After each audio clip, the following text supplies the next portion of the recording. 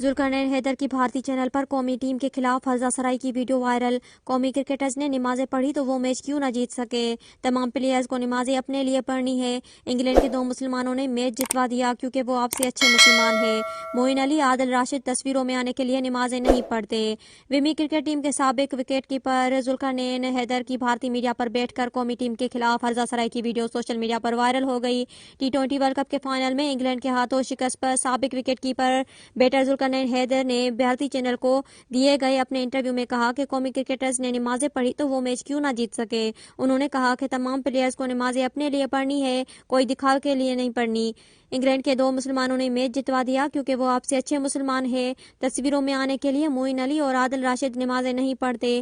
ذوالقرنین حیدر نے کہا کہ زمبابوے سے ہارنے کے بعد آپ کو اللہ کا شکر ادا کرنا چاہیے تھا کہ آپ جیسے تیسے فائنل میں پہنچ گئے۔ دوسری جانب سوشل میڈیا پر وائرل ویڈیو پر کئی صارفین نے شدید برہمی کا اظہار کیا ہے۔